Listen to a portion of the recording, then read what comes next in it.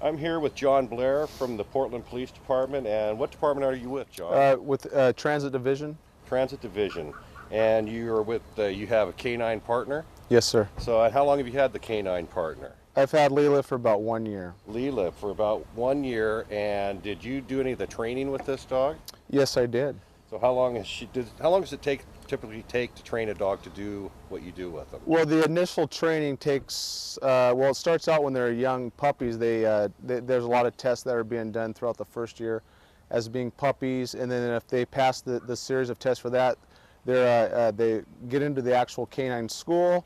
They work with the trainers down there, and then the students come to the school. So this dog comes to work with you every day? Yes, sir. Does it go home with you at night? Yes. This is a part of your family for as long as it's going to be on the force with you? Yes. Well, that's really cool.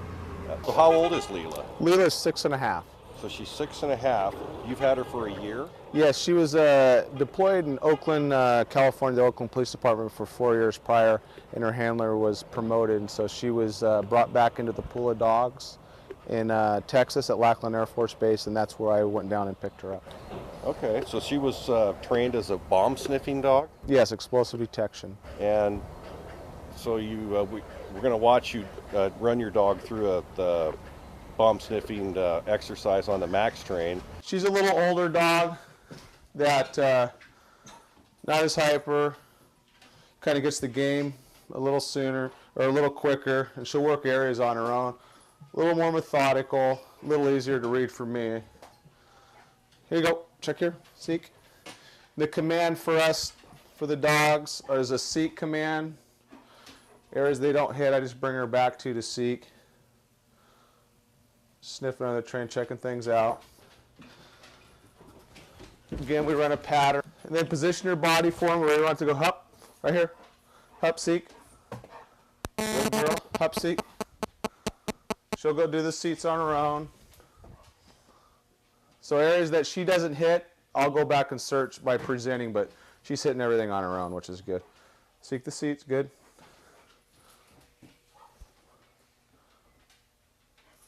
Up. Seek.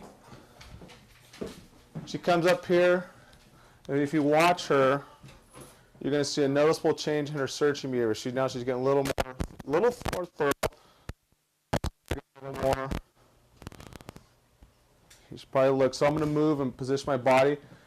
So areas that she hits, I'll let her go. Areas she hasn't hit, I'll make her search. She goes under here, look at her tail, a little excited, come out, sit, stay. Reward. And that's what they work for.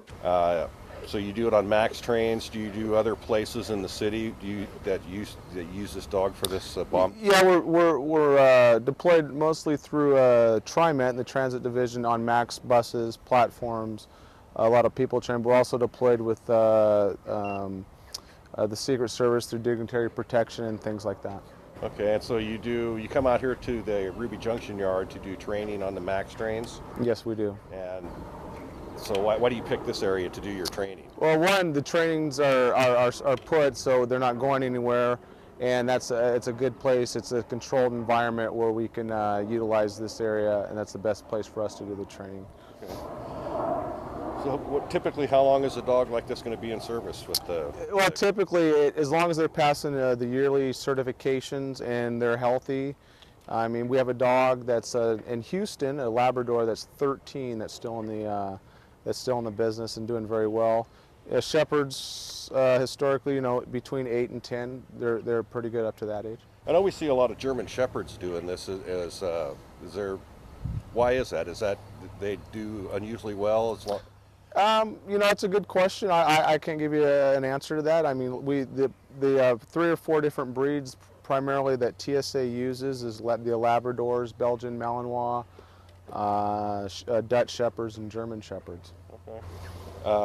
I've heard that it's because they have a strong ball driver, so we noticed that Leila's on the Kong here, and that's her reward for finding something that she's supposed to find. So that having a strong ball drive like that helps in their training. Yeah, as I mentioned earlier, the first year that these dogs are, after they're born, that first year, they're testing the drive for the Kong. Some are food reward dogs, Kong tennis balls. Depends what they like best.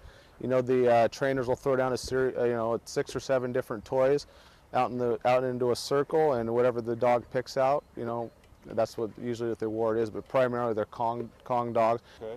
Well, I thank you for coming out here and showing us your dog and what she does, and Yeah. really appreciate it a lot. Thanks. Thank you very Appreciate much, Sean. it. Yeah, thanks.